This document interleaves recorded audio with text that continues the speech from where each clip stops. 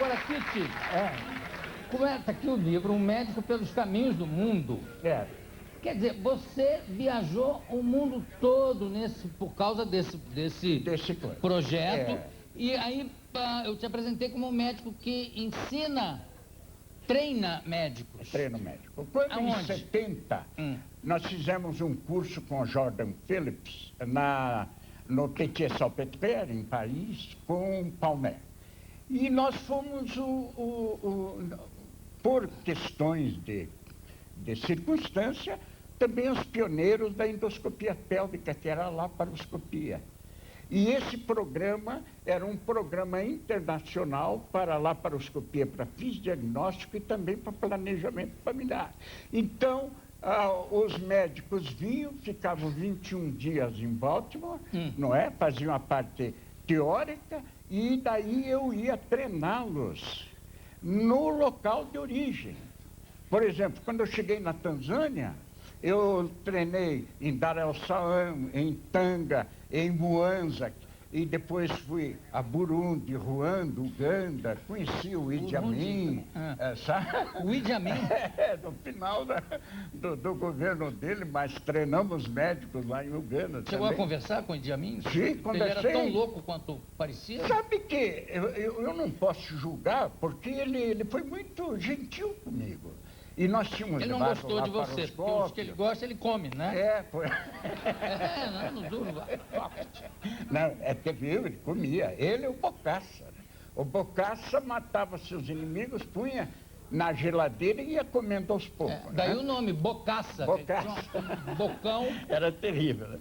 E então, quando nós terminamos o nosso trabalho no Oceano Índico, em Seychelles, Madagascar, Zanzibar, Porto Louis, entramos pela Tanzânia. E chegamos ali e eu até fiquei assustado, porque quando eu cheguei em Dar es Salaam, tinha um Land Rover daqueles antigos, com 2 galões de 200 litros de gasolina, cara. Eu digo, mas o que é isso? Um calor desgraçado não vai explodir na nossa viagem? Eu disse, não, doutor, porque não existe um posto de gasolina que funcione na África. Então você veja, na guerra... Levar o abastecimento. Na Guerra Fria, o americano abandonou a África. E naquela época a União Soviética tinha muito dinheiro, mandava até 4 bilhões de dólares para o Fidel todo ano. O Fidel mandou 20 mil médicos para a África e os coitados, depois ele não teve mais dinheiro para recambiá-lo, estão lá até hoje, não é? Até hoje? Até hoje. Quando eu ia, por exemplo, em Mohimbel, na Universidade de Mohimbel, quando eu fui dar o curso lá, eu só encontrei médico cubano, chinês e russo. Não é? Então, o Fidel mandou esses barefoot doctors, que é aqueles médicos de pé descalço, 3 anos só, mas também faziam miséria. Você sabe que chegava um africano com uma ferida na mão, de em vez de eles tratar a ferida, eles amputavam a mão, para se ver livre do problema. É uma barbaridade. Tratamento radical. Infelizmente, uma feridinha. Infelizmente era isso. O que você está indo, Bira? Quer que corte a tua mão para você?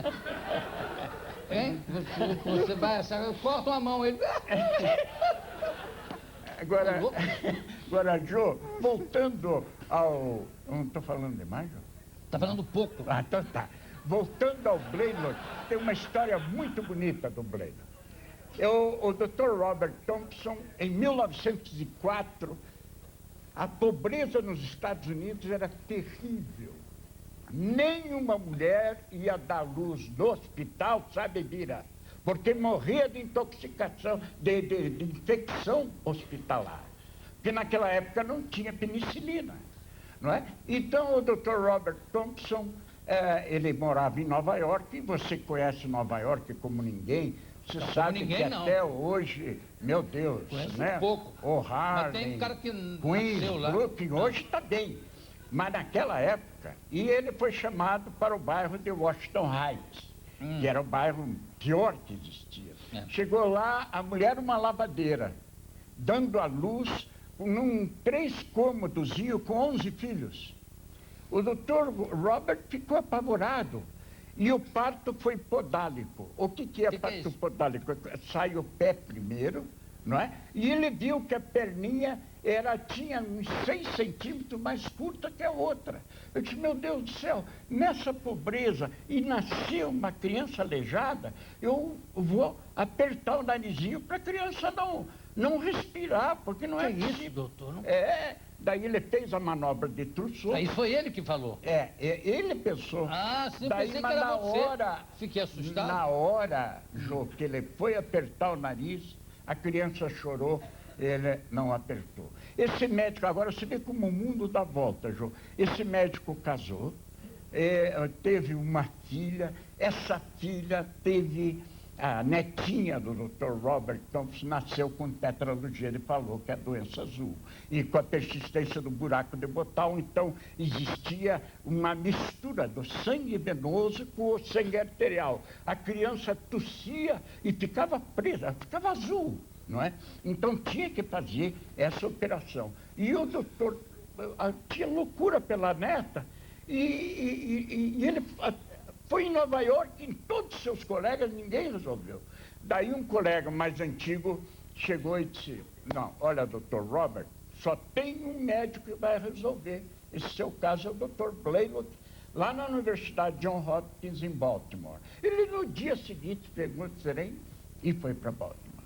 Chegou lá, levou a criança para fazer a consulta, a moça fez a ficha e perguntou quem era o responsável. Ele, Dr. Robert Thompson. E levaram a criança. 5 minutos depois, o Dr. Blaylock abriu a porta e disse, quem é Dr. Robert Thompson? Sou eu. E ele veio mancando e disse, doutor, eu nasci nas suas mãos. Olha. Ele quase matou. Você vê como a preservação da vida é uma coisa maravilhosa, como tem que ser respeitado.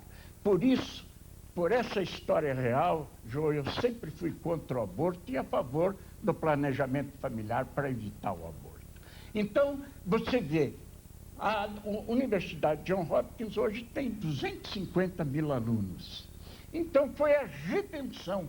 Tem 5 universidades hoje. Hoje, o Porto, que era infecto, Jô, é atração turística. É um espetáculo. Então você veja, o sonho de um homem que era padeiro, gay, mas era um grande homem.